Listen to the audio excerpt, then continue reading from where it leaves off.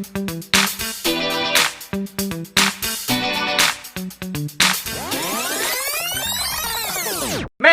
and match. Oke. Roll action. Assalamualaikum warahmatullahi wabarakatuh, sahabat-sahabat Ujung Barat. Hari ini kita sedang berada di Energi Coffee. Mungkin agak suara-suara berisik, suara dapur ya, wajar ya, kita di depan dapur Cafe Energi yang ada di Aceh Besar. Dan bersama saya hari ini sudah ada Bang Anas Zulfan Al-Mansur. Yes. Apa kabar Bang? Kabar baik, Ya. luar biasa baik. Ya, alhamdulillah Bang ya. Beliau seorang motivator kepribadian. Yes, betul.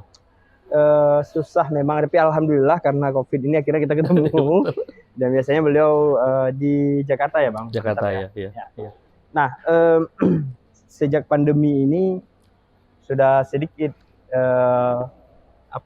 aktivitas ya Bang? Sudah semakin mulai sedikit ya. Mulai ke arah normal, Ke arah normal. Ya, Dulu itu kan jadwal Abang padat. Ya, Ya. betul. Kalau sekarang mungkin karena kondisi ya. Ya, Jadi agak jauh menurun. agak jauh menurun ya. ya. Tapi sebenarnya Bang, permasalahan Ya. yang terjadi pada manusia ini semakin besar Bang. Betul, benar banget. Itu Nah, udah harusnya pasti. jadwalnya karena ini ya, karena kita memang belum bisa buat kegiatan-kegiatan. Betul. Jadi ya memang harus terpaksa dibatasi ya. Mensiasati. Mensiasati. Iya. Nah Bang, kebetulan nih Abang juga seorang motivator Bang. Iya. Gimana sih Abang melihat pandemi COVID ini Bang Seperti itu, ya. dari sisi kepribadian Ya, kita nih? ya, baik. Ya. Jadi sifat manusia itu ada dua, karakternya atau sikapnya dalam menghadapi suatu problem dalam kehidupan. Yang pertama namanya positive mental attitude, sikap mental positif. Ya. Yang kedua negatif mental attitude. Ini pengaruhnya sangat besar dalam kehidupan. Hidup adalah pilihan. Hidup adalah pembentukan karakter. Ya. Bisa karena biasa karena dibiasakan akan jadi kebiasaan. Kebiasaan akan jadi karakter dan karakter bisa mengubah hidup seseorang. Ya. Jadi dari mana? Dari kebiasaan. Nah, pilihannya dua dalam mensikapin kehidupan ini. Apakah Anda memilih di positif mental attitude Ya. atau negatif mental attitude? Ya. Kalau seseorang posisinya di positif mental attitude atau sikap PMA, maka dalam kondisi apapun, ibaratnya pondasi gedung yang kokoh, Oke. dia diterpa apapun tetap tenang dia. Tetap Aman ya. Iya, Oke. betul. Bisa mensiasatin, bisa Oke. mensikapin, selalu melihat pada persepsi positif. Orang-orang yang memiliki karakter PMA atau positive mental attitude, maka dia ibaratnya seperti helikopter view. Ke atas, dia melihat dari segala lini. Ya. Tidak satu lini. Makanya orang yang posisi PMA, dia tetap akan survive. Bagaimana saya tetap survive? Oke. Bagaimana menghasilkan sesuatu? Oke. Tidak ada kata negatif dalam pikiran dan tindakannya. Iya. Nah, tapi bagaimana dengan orang NMA, negatif mental attitude? Ini pengaruhnya besar sekali nih. Nah, orang yang posisi NMA, apa yang terjadi? Ya. Baru dikasih masalah mengeluh. Iya. Dikasih masalah menyalahkan orang. Iya. Dikasih masalah, kenapa saya sial? Semua hal berbau negatif dia lontarkan dalam dirinya. Artinya apa? Dia memilih di negatif mental attitude, sikap mental negatif. Dan ini pengaruhnya apa terjadi? Segala sesuatu dibenturkan dengan masalah, tetap dia memandang seperti negatif, Ya. tidak pernah positif. Oke. Yes. Iya, luar biasa Iya. ya. Oke. Berarti tergantung dari bagaimana kita menyikapi ya. Betul sekali. Nah Bang, sebelum kita lanjutkan, Ya. ini depan kita ada sangat espressonya khas Bismillah, ini Bang. Masya Allah. Ajib ini. Bisa dicicipi nih Bang. Aceh punya Ya, gaya. Firman Rahmat kepingin juga nih sepertinya. Iya, Aceh punya gaya. Saya punya gaya ya. Mungkin bisa di ini Ya, dulu Bang. Bismillah, ya. Dan ini sahabat-sahabat Ujung Barat. Ya. Ini namanya sanger dan itu Ya. hanya ada di Aceh. Wah, Ya. khas Aceh punya. Khas Aceh namanya sanger. Ya. Di luar itu nggak ada. Betul. Karena sanger itu artinya saling ngerti. Ya. Oh, Masya Allah. Itu panjang sejarahnya Oh, katanya, gitu ya. Ya. Nah Bang, Gitu. banyak dari kita ini bermental apa ya? Negatif. Bermental negatif, merasa sering tidak puas diri, Ya. ya. Tidak merasa bersyukur Ya, atas ya. apa yang sudah ada hari ini. Ya. sehingga ya kita selalu merasa pelangi itu ada di atas kepala orang. Iya. Ya kan, hari ini dia pada sudah ada rezekinya sekian, Iya, tapi iya. pingin alasan. Iya. Sebenarnya saya bisa dapat lebih nih. Iya, Nah, iya. akhirnya malah Nggak sesuai target. nggak sesuai target, terus dianya jadi blunder dalam menghadapi sesuatu. Iya. Malah collab gitu Collab. kan. Itu gimana tuh Bang? Oke. Kira-kira. Kembali lagi tadi saya katakan ya, bahwa segala sesuatu itu butuh proses. Dan proses ini biasanya dimiliki orang-orang sukses. Orang melihat di akhir prosesnya, wah kaya dia, hebat suksesnya. Orang tidak melihat bagaimana prosesnya untuk menjadi hebat. Padahal kalau dia wise, bijaksana, dia akan melihat prosesnya bagaimana. Kalau mau sukses, tirulah gayanya orang sukses. Mulai dari prosesnya, mulai dari caranya, mulai dari bagaimana dia memperjuangkan segala sesuatu. Tirulah bagaimana orang bisa sukses. Iya, bukan betul. bertirulah bagaimana setelah dia sukses. Iya betul, kebanyakan orang lihat hasil akhirnya. Iya. Terus kalau dia suksesnya dengan berjudi misalnya, kita tiru juga. Nih sorry ya, Iya. kita kembali lagi. Yang negatif pun semuanya perlu proses. Oh gitu. Nggak ada yang tidak proses. Negatif Kita bicara ini ya, mie instan. Pasti perlu proses juga. Benar. Artinya apa? Negatif, positif, semuanya perlu proses. Cuma yang membedakannya adalah hal positif, maka yang dihasilkan positif. Kalau negatif, prosesnya negatif. Nah itu main membedakannya. judi online yang sekarang sedang marak Dia itu juga pelajarin. Itu juga butuh proses. Dia mempelajarin strateginya. Strateginya ya. Benar. Nah, dengan kondisi pandemi hari ini, yang mana banyak kita pengangguran, yang kaya katanya makin kaya nih Bang, yang miskin makin miskin, susah makin susah gitu. Seharusnya seperti apa sih Bang sikap kita? Nah, kalau berbicara kenapa orang kaya makin kaya, yang miskin makin kembali lagi, poin pentingnya di mana? Mindset. Yang kedua, mentality-nya. Yes, sama mindset. Orang yang semakin kaya, maka kenapa? Dia berpikir ada 3 cara orang kaya. Ada 3 cara. 3 cara. Yang pertama adalah dia menggunakan konsep magnet uang. Magnet uang. Yes. Yang pertama adalah bagaimana dia mencintai uang tersebut. Berbicara mencintai uang adalah manfaat uang tersebut. Saya kasih uang 1 juta orang kaya sama orang tidak kaya, masih berbeda. Maka akan berbeda manfaatnya. Yang kaya bagaimana how 1 million ini menghasilkan 20 juta. Tapi kalau orang mental miskin, 1 juta bagaimana dihabiskan untuk makan. It's different, sangat berbeda sekali. Terus yang kedua adalah bagaimana kita berpikir kaya raya. Itu orang yang bermindset. Bagaimana kita berpikir kaya raya? Iya, berpikir kaya. Artinya apa? Dia fokus pada investasi. Bagaimana menghasilkan uang? Bagaimana uang itu bekerja untuk kita, bukan kita bekerja untuk uang. It's different. Jadi orang yang bermental kaya adalah bagaimana uang bekerja untuk kita. Artinya apa? Dia mencari investasi yang tepat dalam pikirannya dan hatinya terus bagaimana menghasilkan uang. Sedangkan orang yang bermental miskin, bagaimana menghasilkan uang dari ini. Jadi akan beda. Apa? Kenapa orang kaya semakin kaya itu konsepnya. Yang ketiga adalah bagaimana mendriver pikiran dan mental kita untuk selalu menghasilkan uang. Salah satunya usaha, dan terus dia memperbesar usahanya. Nah, kenapa itulah jadi orang kaya, mental kaya? Makanya betulkan mindset dulu, betulkan mentality, maka Anda bisa menjadi sukses. Luar biasa. Yes. Nah, terus ada yang menarik ini, Bang. Ada orang yang memang dia dia sudah merasa saya ini sudah cukup lah. Sehingga bermalas-malasan memakai strategi yang sama, baik itu dalam kehidupan dia. Misalnya gini, saya dengan hidup saya gini aja saya bisa sukses. Jadi dia tidak ada mencoba merubahan diri, tapi akhirnya ngedown. Dan itu kan itu banyak kejadian dan ada lagi orang-orang yang memang mentalnya mental baja, mental pejuang, melakukan sesuatu tapi tidak pernah, mungkin belum takdirnya dia itu berhasil. Akhirnya patah semangat gitu. Padahal udah continue dilakukan selalu ya. Nah, itu korelasinya sendiri gimana? Dari kembali lagi tadi kan, orang yang mau berjuang untuk dirinya, maka yang harus dimiliki pada dia adalah Sudahkah memiliki visi dan misi kehidupan, proposal kehidupan? Selama saya puter keliling Indonesia ngisi seminar ke anak muda milenial, hampir saya katakan hanya 1% yang memiliki visi dan misi kehidupan. Gitu bang? Iya. Hanya 1% anak Indonesia? Iya, yang memiliki visi dan misi kehidupan.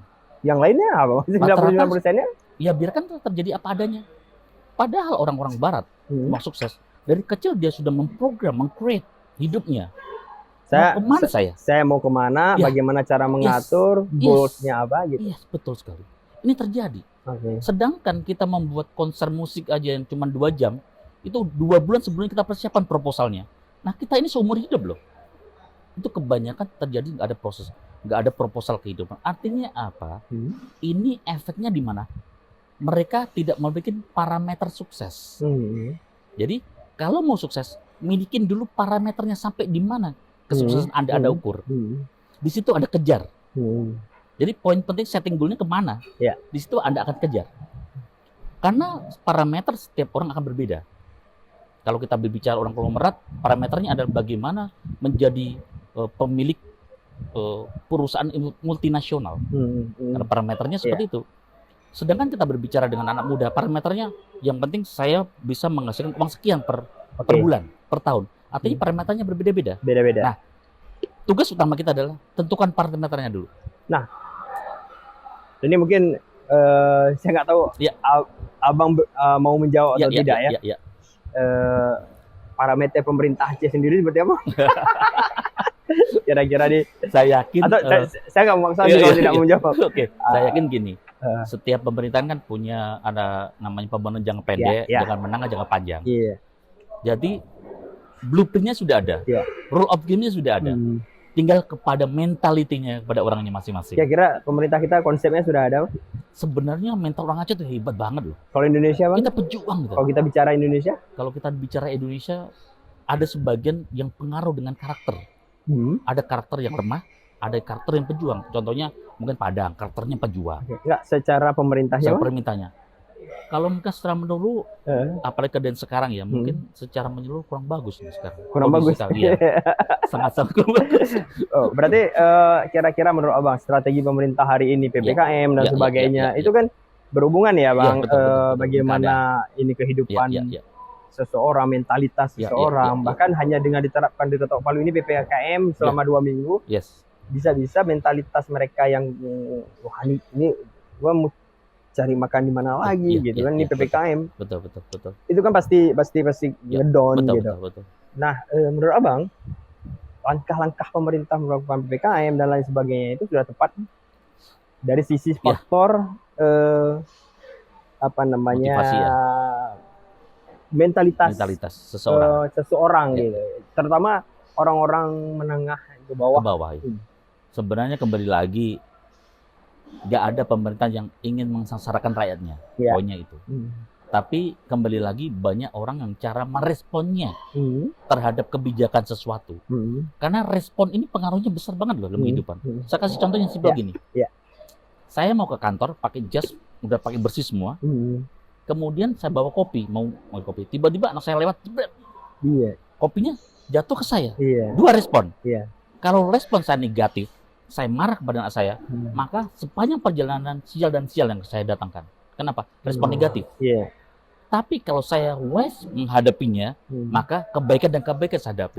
Jadi ini respon perlu banget. Jadi kembali lagi pada respon kita. Kalau respon kita positif, maka apapun kembali lagi tadi positif lagi. PMA, positif mental attitude, akan menggiring orang pada kebaikan. Iya, gitu. Biasa. Gini bang, abang kan darah Aceh ya, asli Aceh. Dan bisa kita hitung sepertinya. Dan kayaknya saya belum pernah tahu ada motivator yang berasal dari Aceh. Selain abang ada bang? Ada satu lagi teman saya namanya Rahmat Syah. Aceh juga? Aceh, dari Lambada. Beliau korban tsunami. Jadi ketemu saya di Jakarta juga, karena sama-sama orang Aceh. Jadi dia spesialis di public speaking. Bagus gitu banget beliau. Jadi saya juga merasa senang ya, artinya kita selama ini nggak diperhitungkan di dunia motivasi. Iya. Dan alhamdulillah sudah mulai ya. Kita ada beberapa asosiasi yang saya bentuk agar nama kita Aceh dikenal. Nah, abang juga ada komunitas ya? Komunitas motivator. Apa namanya? Indonesian Motivator Association. Terus satu lagi Bang, kayaknya saya pernah tahu juga panen rezeki apa sih? Oh, ini apa? Rezeki healing. Rezeki healing Ya, ya. komunitas rezeki berlimpah namanya. Iya, rezeki Iya. berlimpah. Iya, Oke, iya, oke, iya, oke. iya. Itu gimana tuh Bang? Itu menarik gitu. Iya. Jadi gini. Rezeki berlimpah. Iya. Berarti rezekinya banyak ya. Firman, masuk kita komunitasnya. Komunitas rezeki berlimpah. Yes. Jadi konsep daripada komunitas ini adalah kembali menanamkan mindsetnya, menanamkan keyakinan kita bahwa rezeki itu selalu ada, gitu. Jadi dengan konsep ini, belief kita atau keyakinan kita menjadi kuat untuk mendapatkan rezeki. Itu satu. Yang kedua, mengubah mindsetnya tentang the power of giving, sering berbagilah.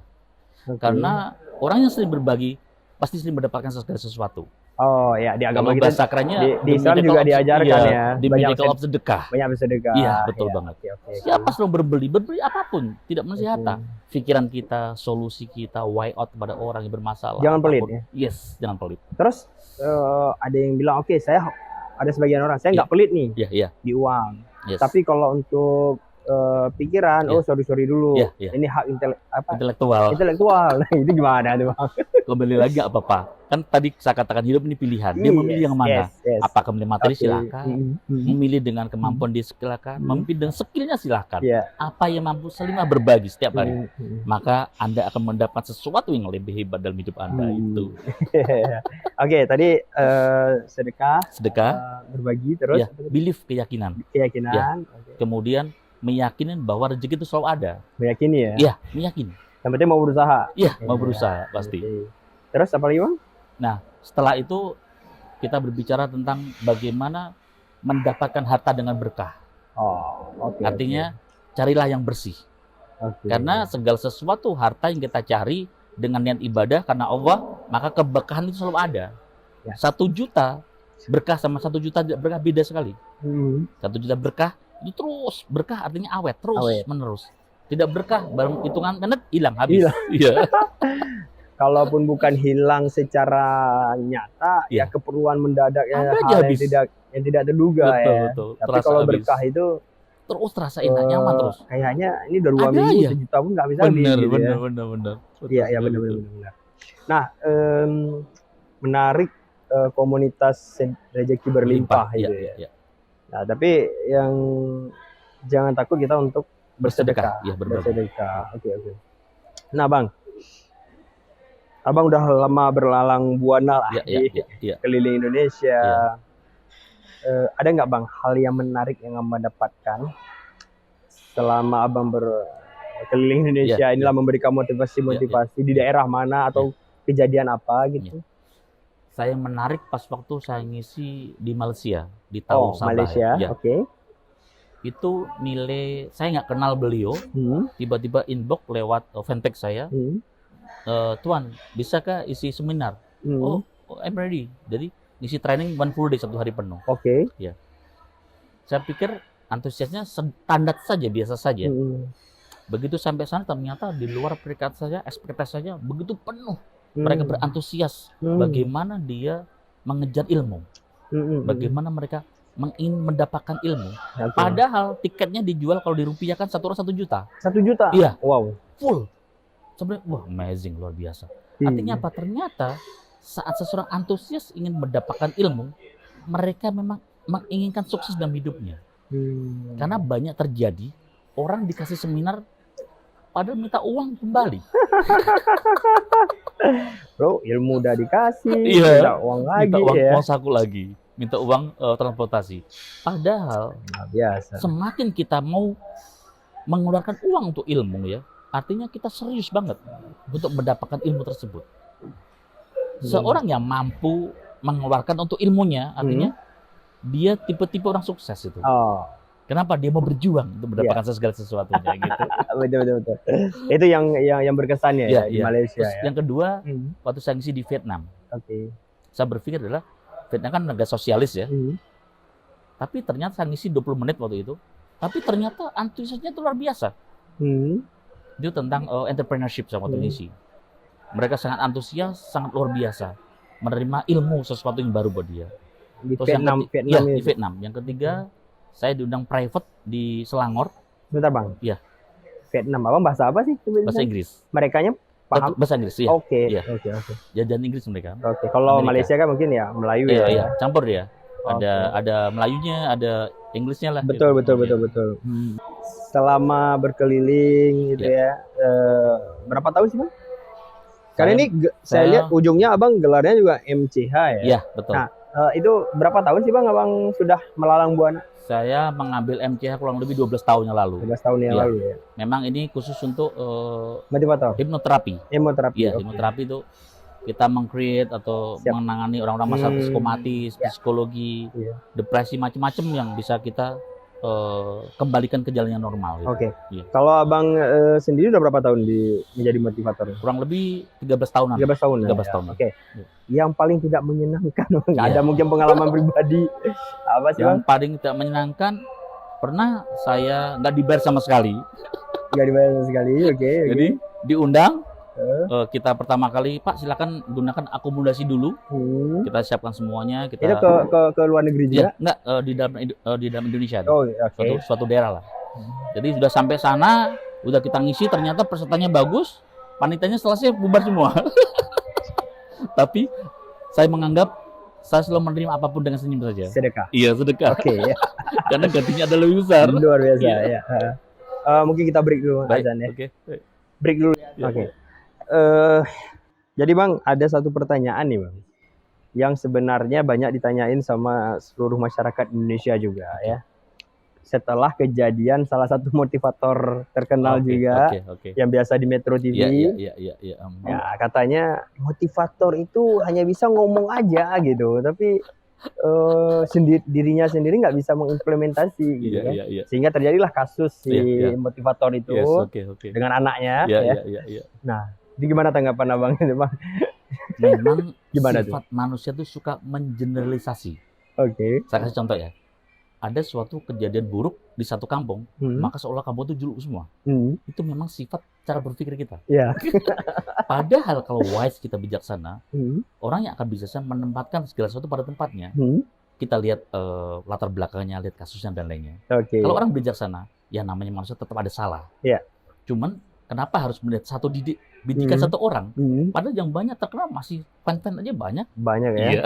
Nah, itulah sikap kita. Kembali kepada ke sikap tadi. Respon Berarti dan tidak sikap. semua gitu Tidak ya. semua. Tapi Abang ada merasa terganggu dengan kasus itu? Enggak, biasa aja, fine aja. Aman aja. Aman saja. Selama kita bisa menjaga diri kita, selama kita menempatkan pada tempatnya, Betul. fine-fine aja semuanya. Betul. Iya. Tapi persepsi masyarakat banyak yang Iya. goyah karena Iya, betul, kasus betul. itu Betul, gitu betul. ya. Saya motivator, Iya. tiap hari memberikan motivasi luar biasa. Iya. Dianya nggak bisa mengimplementasi Ada katanya. orang bahkan mengatakan gini, Gimana? Bang? ngomong teori mudah katanya, praktek susah. Katanya susah. Padahal antara teori dan praktek itu saling berhubungan. Oh iya. Ada yang teori dipraktekkan, Iya. ada praktek yang diteorikan. Betul. Jadi itu satu kesatuan sebenarnya. Iya. Oke Bang, satu pertanyaan terakhir. Oke, siap. Saya juga mewakili teman-teman Iya. di netizen. Iya.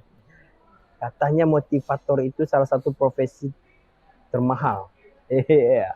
Boleh buat kasih bocoran Iya, berapa sih Bang kalau sekali diundang memberikan motivasi Oke. ke perusahaan Iya, gitu iya, atau apa? Memang ini kan tergantung dari kapasitas kita. Oke. Ibaratnya mobil ya, mobil Mercy, mobil yang Nah, high class atau middle atau menengah. iya. Kalau level saya masih antara 2 jam tuh 13 jutaan. 2 jam 13 juta. 13 juta, iya. Kalau one full day antara sampai 40-60 jutaan. Oh, gitu. Itu kalau ngasih training. Oke. Ya. Itu grade tertinggi kah? Enggak, belum ya. Masih menengah saya. Masih menengah. Wow. Kalau saya sebutkan adalah salah satu motivator, dia dihitung per kata 5.000. Per kata? Iya. 5.000? Iya.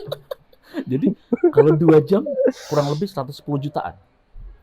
Per kata ya Bang? Artinya apa? Bentar Bang, ada yang hitung apa? Enggak, dia pakai nama khusus, saya. khusus dia pakai apa? Ada alatnya khusus ya. Oh Dia menghitung gitu. ya. Artinya apa? Ternyata ini kekuatan kata-kata bisa merubah keadaan seseorang. Yang tidak yakin bisa menjadi yakin, yang loyo bisa menjadi semangat kehidupan. Atau apa? Kekuatan kata-kata itu hebat, mengubah keadaan segala sesuatu dan diri kita sendiri. Jadi hati-hati dengan kata-kata. Mulutmu harimaumu. Ya. Kalau kata Frank Outlaw, hati-hati dengan perkataanmu, bisa jadi pikiran kamu. Hati-hati dengan pikiran kamu, bisa menjadi perkataanmu lagi. Perkataanmu bisa menjadi tindakanmu. Tindakanmu bisa menjadi perasaan kamu. Perasaan kamu bisa mengubah karaktermu, dan karakter mengubah hidup kamu dari kata-kata. Kalau saya bisa ngisi training namanya self talk ini. Orang yang selalu, pernah nggak kita menghadapi suatu masalah kita, aduh, kesel sih banget sih, nggak enak sih. Ini artinya self talk negatif. Itu pengaruhnya bahaya loh Bang. Kalau kita biarkan lama-lama kita digulung dengan hal negatif tersebut. Nah, itulah gunanya self talk positif. Kalau bahasanya bahasa kolbu yang positif. Kalau kita digulung masalah, ya Allah, saya pasti bisa ya Allah. Ya Allah, ada jalan keluar ya Allah. Kenapa kita selalu berbaik sangka, inilah sebenarnya self talk tersebut.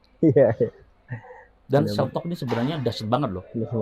Saya punya suatu pengalaman yang bagi saya dahsyat ya. Memang sih semua dahsyat itu karena Allah ya. Jadi waktu itu saya kena stroke ringan. Jadi saya tenang menghadapi sesuatu, tidak gugup. Kemudian saya berulang-ulang di dalam hati saya dengan self talk saya, ya Allah, atas izinmu, atas kuasamu, gerakkanlah tubuh saya secara otomatis lagi ya Allah. Itu berulang-ulang tuh. Dan apa yang terjadi? Amazing banget. Itu bisa bergerak lagi tubuh saya. Itu kekuatan self talk dalam diri kita. Makanya orang tua mengatakan hati-hati perasaan kamu, itu orang tua. Ternyata self talk belum ditemukan, orang tua udah menemukan duluan. Itu wisdomnya orang tua kita, dahsyat ya. Tapi masih mengganggu pikiran saya loh, Bang. Satu kata 5.000. Kapan kita bisa gitu ya? Dahsyat. Kalau kita kebalikan Bang, satu kata kita keluarin 5.000. Enggak masuk keluar ya. Salah ngomong, minta maaf lagi ya. Verifikasi. Klarifikasi, verifikasi. Klarifikasi. Oke, Bang. Terima kasih banyak nih, Bang. Satu kebanggaan juga nih kita bisa ngobrol. Dan sebenarnya kita pertama ketemu jadi sahabat hari Minggu ya. Hari Minggu itu beliau kami ngopi setelah jamaah subuh. Dan beliau itu di apa ya, kalau bahasanya di desanya itu ustadz gitu. Seorang ustadz. Saya nggak nyangka ini seorang motivator. Sampai saya bilang ya Bang ya, Bang, saya nggak asing nih wajah abang ini. Gimana saya pikir ya. Ternyata waduh ini ya. Masya Allah. Sampai sekarang ustadz, cuman karena panggilannya lebih asik abang ya. Oke. Siap. Bang Ustadz yang keren. Bang Ustadz. Jadi motivator. Ada pertanyaan lain dari Rahmat? Teman? Kosong? Udah selesai ya? Aman ya? Nggak ada pertanyaan lain ya? Lagi mumpung ada motivator nih. Oke, Bang, terima kasih atas waktunya. Semoga makin sukses selalu, mengharumkan nama Aceh di luar sana, Bang. Amin.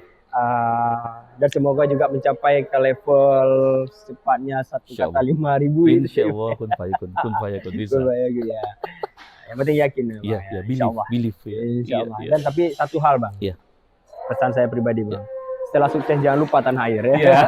Jangan lupa tanah kelahiran. Comeback. Siap. Oke Bang, terima kasih Bang. Baik. Sama Ujung Barat, begitulah pertemuan singkat kita. Mungkin nanti kita akan ketemu lagi dengan narasumber yang lain. Saya Jika Setiadi dan bersama saya Bang Anas. Kami mohon undur diri.